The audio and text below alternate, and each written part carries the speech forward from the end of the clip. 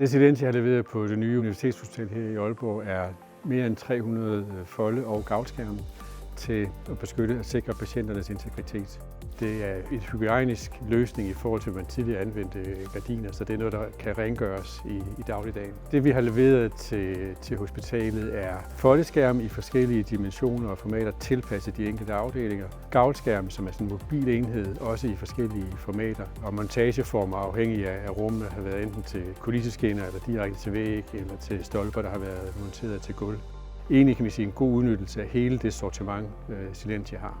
Regionen og hospitalet har haft rigtig god erfaring med produkterne i forvejen. Så efter vi har fået defineret behovet og typer af skærme, har vi gennemgået de skærme, vi tidligere har leveret til de gamle hospitaler Nord og Syd, og tilpasset dem ind i processen, så de bliver flyttet med her til det nye.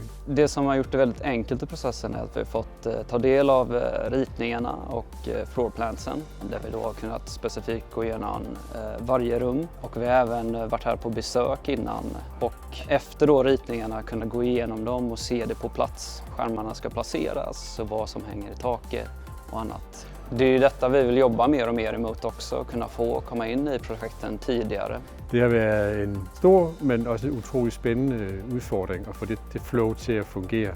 Fantastisk at stå her på et næsten færdigt hospital og se resultatet af et super samarbejde med Region Nordjylland, hospital og hospitals projektorganisation.